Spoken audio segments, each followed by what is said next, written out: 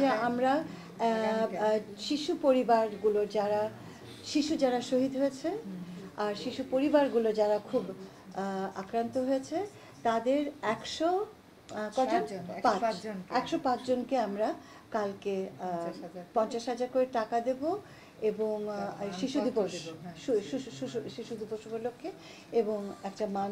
তারপরে আমি বলবো আপনারা মাথায় রাখবেন যে তারপরে আমরা হয়তো এই সংখ্যাটা পাল্টাবে, যখন আমরা আরো তথ্য পাবো হয়তো এটা পাল্টাবে, কিন্তু এই মুহূর্তে আমরা এই মুহূর্ত পর্যন্ত আমরা এটাই পেয়েছি এবং এটাকে দিচ্ছি।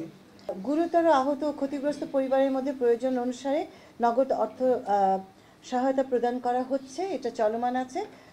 ম্যাক্সিমাম আমরা 50,000 টাকা করে দিচ্ছি, এটা আপনাদেরও জানিয়ে রাখছি। আপনারা যদি খুব সংকটময় কাউকে পান দয়া করে জানাবেন, আমরা আপ্রাণ চেষ্টা করব তার কাছে সাহায্য পৌঁছে দেওয়ার।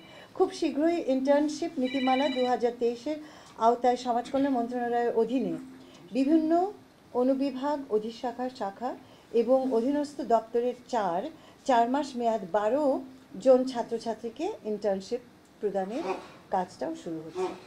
বিগত আন্দোলনে আহত শিক্ষার্থী জনতার মধ্যে বিনামূল্যে হুইলচেয়ার ও হিয়ারিং এইড প্রদান করা হচ্ছে। আহত শিক্ষার্থী জনতার মধ্যে যারা নড়াচড়া কম করতে পারছেন তাদের জন্য মোবাইল ভ্যান দিয়ে বাড়ির দোরগোড়ায় সেবা প্রদানের কার্যক্রম চলমান করা হচ্ছে। এগুলো আমরা আগে বলেছি, কিন্তু বলা দরকার এই কারণে যে এই কাজগুলো আমাদেরকে চালিয়ে যেতে করতে হচ্ছে। বৈষম্য বিরোধী শিক্ষার্থী শ্রমিক জনতার আন্দোলনে 2024-এ নিহত এবং আহতগণের সহায়তা ও পুনর্বাসনের জন্য বিশ্বব্যাংক হতে $5 মিলিয়ন সমাজসেবা অধিদপ্তরের দগ্ধ প্রতিবন্ধী ব্যক্তিগণ পুনর্বাসনের কার্যক্রম খাতে সহায়তা পাওয়ার কার্যক্রম চলমান রয়েছে। এই কার্যক্রম বাস্তবায়নের জন্য নিহত এবং আহত সকল ব্যক্তির তথ্য সংগ্রহের মাধ্যমে তালিকা প্রস্তুত করা প্রয়োজন। স্বাস্থ্য মন্ত্রণালয় কর্তৃক, এটা আমরা অলরেডি বলেছি, এটা আমি আর রিপিট করব না, সমাজসেবা অধিদপ্তরের MIS এটা খুব ইম্পর্ট্যান্ট। পেরোল আমাদের যে তৃণমূলে যে আমরা টাকা পৌঁছাই এটা নিখুঁত হয় না, এটা আমরা জানি, কিন্তু এখন থেকে আমরা MIS-এর মাধ্যমে আমরা মনে করছি যে সিস্টেমটা পাল্টে যাবে থ্রু যখন আমরা এই পুরো জিনিসটাকে MIS-এর আন্ডারে নিয়ে আসব।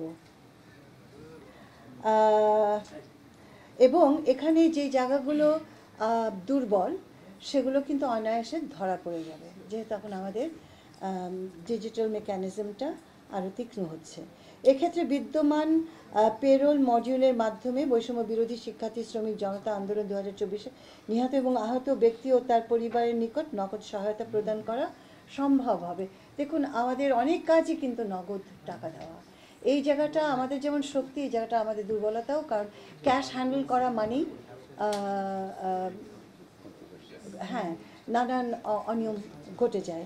তো এটাকে আমরা শক্ত হাতে ধরেছি এবং আমার মনে হয় যে এটাও খুব স্বচ্ছভাবে আপনাদের সামনে আসবে।